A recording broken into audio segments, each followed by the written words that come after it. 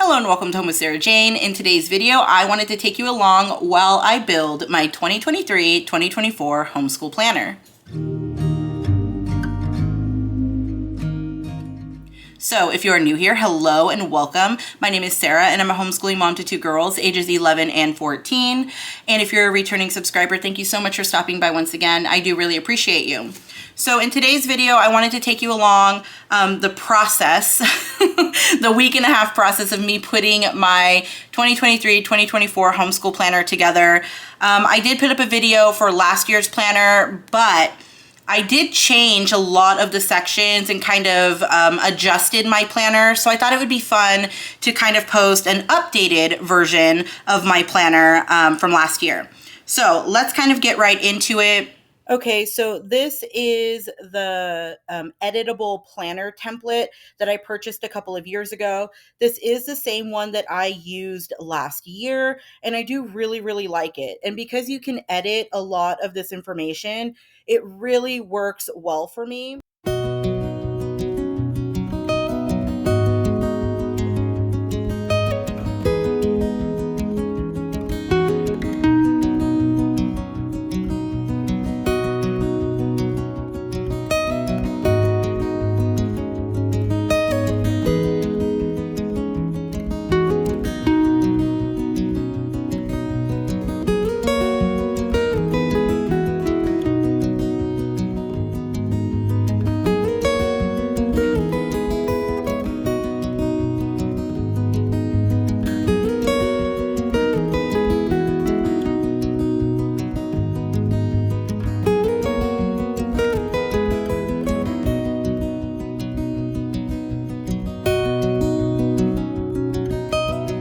So I'm going to start with like the easiest sections of my planner. It'll just make me feel like I'm getting way more accomplished faster to see a whole bunch of sections done at the beginning, because sometimes it can be a little overwhelming when you have to go through and change all the dates and everything. So I'm going to start by printing out my notes pages. I think I'm going to do 20. I think I decided on 20. Should I do 25? No, I'm going to do 25. I'm going to do 25 note pages back and front. So I'm going to get started on that first, and then I'm going to, print out my bill section. You're going to see me printing out certain lists and things like that, and then I'll save the harder stuff for the end to make sure I have time for that today.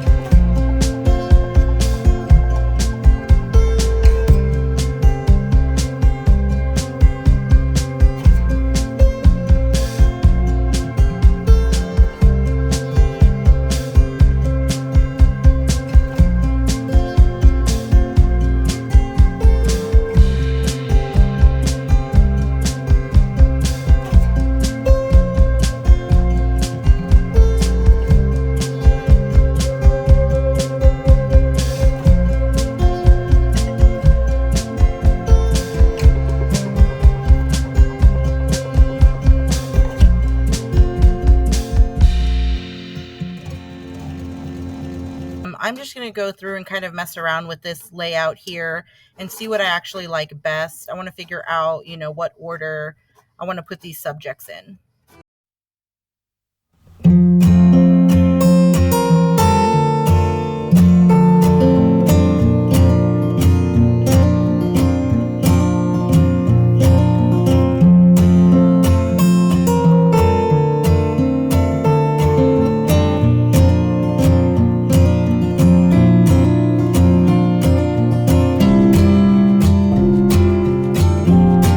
I am struggling.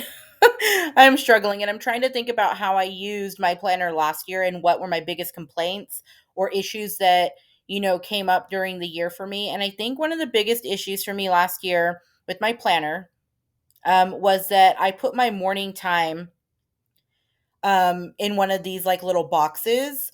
and it just didn't feel like enough room for everything that I wanted to write about what we did. I don't always necessarily plan things ahead of time. Sometimes I just write in as we're doing things when it comes to morning time. And this just didn't seem like it was enough space. So I think what I'm going to do is I'm going to create a like weekly morning time page that I can add to the front of each week in my planner. And I think that would just make me feel so much better.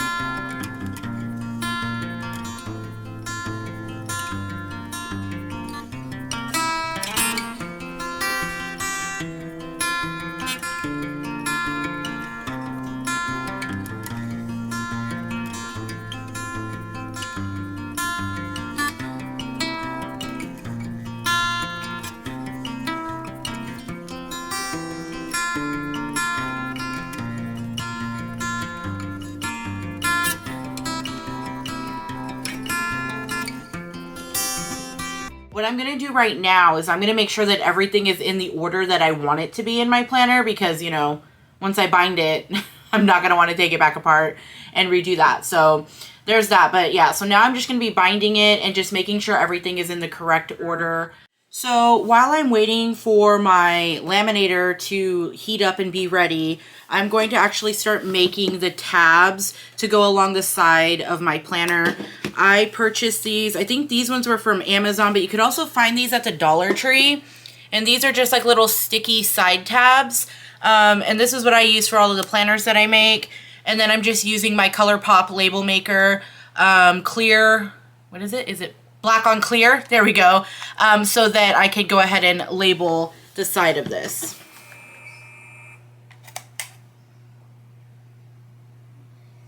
I already messed up. I don't like this size.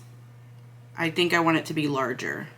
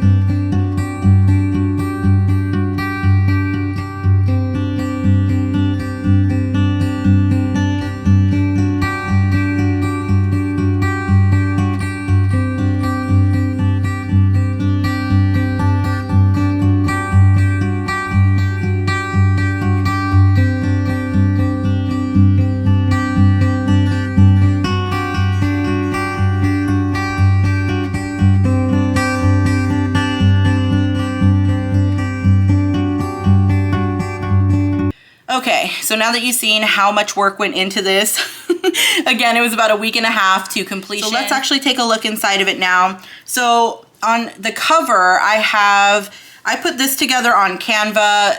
If you know the show, Avatar: The Last Airbender, this is gonna look familiar to you. I happen to really like that show. Even my dog is named after one of my favorite characters from that show. But I put this like little picture together on Canva, and all of the quotes throughout my planner are actually from that show. And the quote I decided to put on my cover is one that I really, really love. And it says, "It is important to draw wisdom from different places. If you take it from only one place, it becomes rigid and stale." I do believe that. So this quote is perfect for the cover of my book. Now, when you first open up my planner, you go straight into a year at a glance. And this year at a glance goes from July 2023, no, what year are we in? Yeah, it goes from July 2023 until June 2024. And this way I have the entire school year, you know, a little bit before and a little bit after. We usually start schooling around the first to second week of August, and we usually stop schooling around the last week of May. That's pretty much what we do, and then it goes into the summer months. So I even kind of color coordinated some of the days. So the days that are purple on here, I don't know if it's going to be picking that up, but the days that are purple on this calendar are days that we don't school. And then I also have like start dates circled, and I have end dates circled. So it just kind of helps me stay organized. But keep in mind that with homeschool, this could change, you know, in the blink of an eye. So this is just kind of more of a guide. I try not to stress about the days so much because things change and you just kind of have to go with the flow, especially when it comes to homeschooling. So this is kind of just like a year at a glance guide. This is my hopes and dreams, but we'll see if they actually happen. Okay, so after that, I have a contacts page. I was not sure if I was actually going to be including this contacts page, but I thought I might as well just include one just in case. You know, I'd rather have it and not need it than need it and, you know, not have it. After that, this is July. Now, this is the month that we're currently in, so I did want to have just like a monthly spread so that I could, you know, put appointments down, plans, anything like that. So this is July this month. So the first month, again, that we school in is August. So this is for August. And just so you know that every single month going forward is going to look the exact same. So I'm just going to kind of show you August, and then I'll show you what's in the back of my planner. Because again, August through May looks the exact same. So the very first page is a monthly meeting notes page. This is just for me to put down any kind of notes, anything like that for the month. Just pretty much like a brain dump for me for the month of August. Here is a monthly goal page. Now this one, sometimes I don't always fill out the monthly goals for my actual kids. So as you can see, there's Bella here and Lydia here, and I have a section that I could put goals. Sometimes I do this, sometimes I don't, but I'd rather have it than not have it. But I do usually use like a monthly supply checklist type of, you know, setup. So here I have books needed, supplies needed, and other. So this section I do always use during the month, and this is just to make sure that I have everything that I need for either, you know, certain curriculum or just ideas I have in general. Then it goes into the monthly spread. Again, just a basic monthly calendar where I could put appointments and things like that. And then after the monthly spread, it goes and it breaks up into weeks. So this is a weekly checklist, and it's labeled for Monday through Sunday. And I did want to make sure I kept the weekends on here for anything that I need to get done over the weekend. So, and then there's an upcoming task like section, you know, anything I need to plan for, you know, just to make it easier for me. So again, I am a checklist person.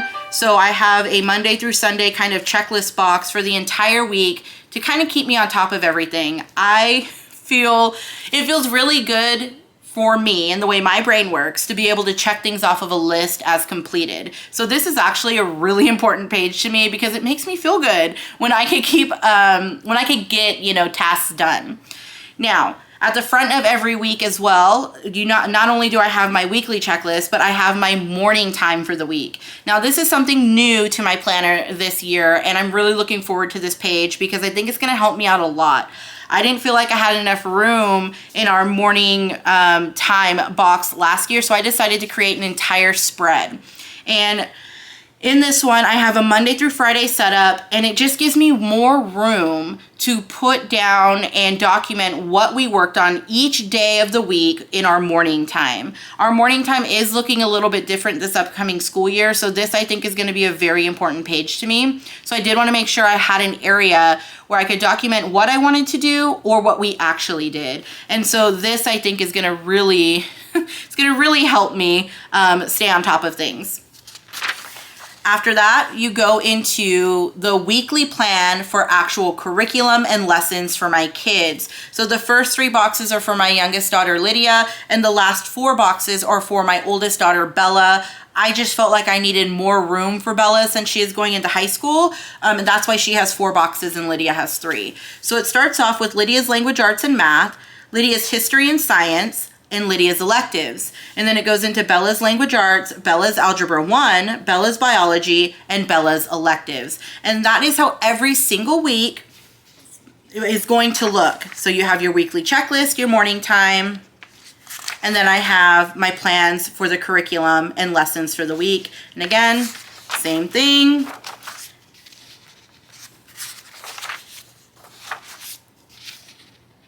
Oh, and I did keep this as like an extras tab because sometimes we'll do experiments or we'll just randomly start learning about something different or watch certain documentaries that don't necessarily go with our lesson plans or our morning time. So I will document those like extras in this section here. And then at the end of each month, I decided to have a field trips page.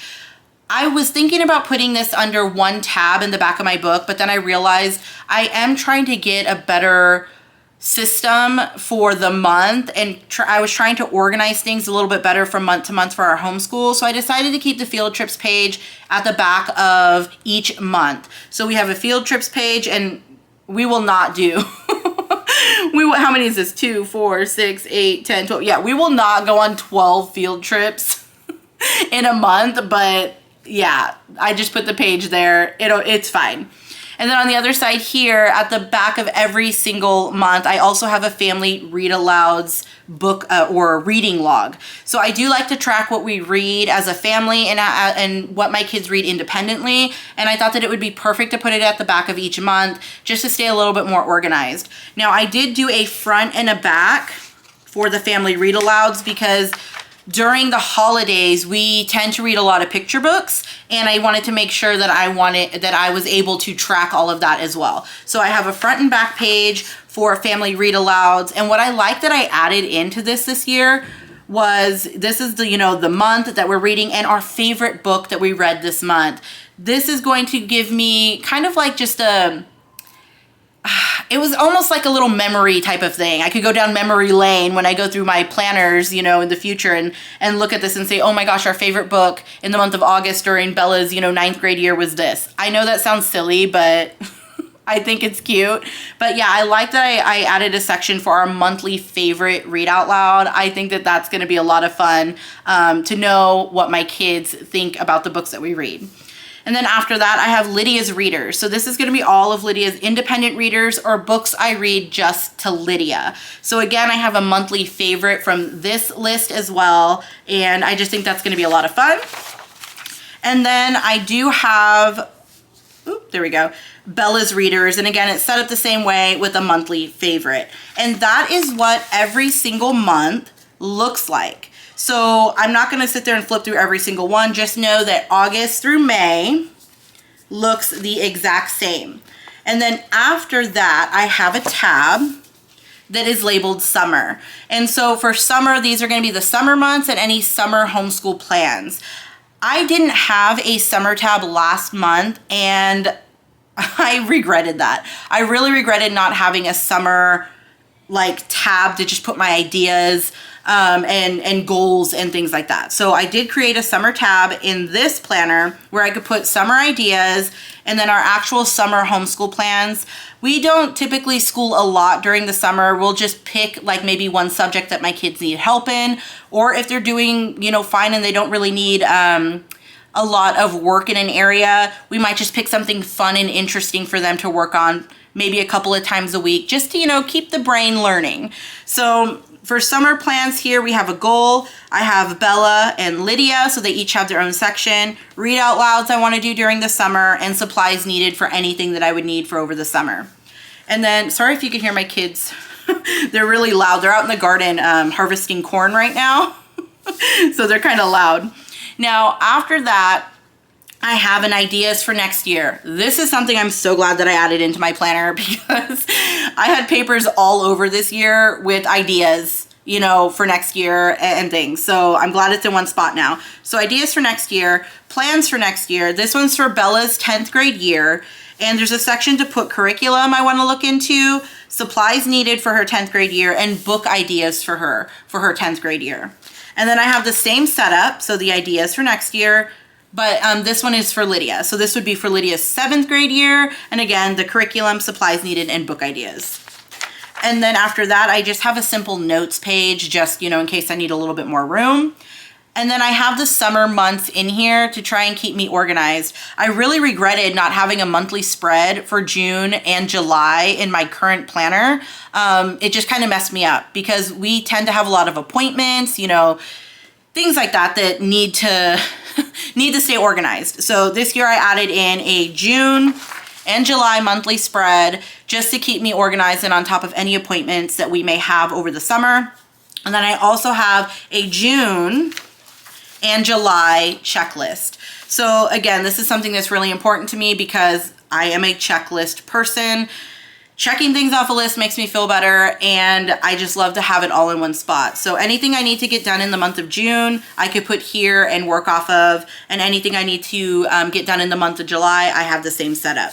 So after summer, my summer tab, I have my bills tab. Again, this isn't just a homeschool planner. This is like my little life planner. So my bills section is very basic, very simple, and all it is a brain purge page on one side and a bill log on the other. So I made this really simple, basic log. I think I even just used Word on my computer, and I just kind of built this little log to, you know, track my bills and our spending and, you know, upcoming expenses, groceries, all of that. So I have this for that. Well, that sounded weird. This for that. And that's what it looks like for all 12 months. It's just a brain purge page and a bill log. Now, after my bills, I have my YouTube section. I know that this won't apply to everybody, but I did want to show it because it is in my planner. And I have a brain purge page here. And then I have 12 of these pages, you know, one for each month, that are just my YouTube ideas. So I could put in the month that I'm working on, and then, you know, holidays and upcoming events, so things I could plan for if I wanted to make videos about that. And then there's a section for my video ideas, whether or not the video is edited, and the day I want to upload it. This will help me out tremendously when it comes to things that I kind of need to plan for. Like when I do, you know, my my Christmas, what I got my kids for Christmas and things like that. It gives me a little bit more organization on when I want to have those videos, you know, edited and uploaded and things like that. And I just made this really simple template, and I just changed up the colors just to make it fun. And then after my YouTube section, I have a meal plan section. And the very first page in this one is recipes to try. I'm the type of person that I like to, you know, search on Pinterest for all different recipes. Sometimes I just like to look up certain ingredients that I need to use up. And this gives me an area that I can write down, you know, recipe ideas, things I want to try, things I want to look into, just all in one spot. And then I have a year's worth of weekly meal plan pages. Now, I will link this down below It was a free download that I found on Pinterest, and I really liked the setup. It worked really well for me. But this is just set up with a Monday through Sunday section where you could put your ideas for your meals, and then a grocery list. Very basic, very simple. That's how I like a lot of my planning to be, though. I don't like anything too busy. And again, these are just all the same for this entire section. Now, the last section in my planner is my notes section, and this is a very basic plain section as well. It's just an area where I have note pages. Sometimes I have, I guess you could call them like an overflow of thoughts or ideas that may take up too much room in another area of my planner, and I kind of have to put that overflow of thoughts and ideas in a different area. And that's why I have this note section. You know, I could just put anything I want back here and just flag it however I need to keep track of everything. Okay, so that is my 2023-2024 homeschool planner flip through and, you know, kind of like build with me. I do think that the changes that I made to this homeschool planner is gonna make a huge difference for me. I think I'm feeling really confident about the upcoming school year, and this planner will definitely make things easier for me. So if you have any questions, please leave it in the comments section. Thank you so much for stopping by. You have a great day. Bye.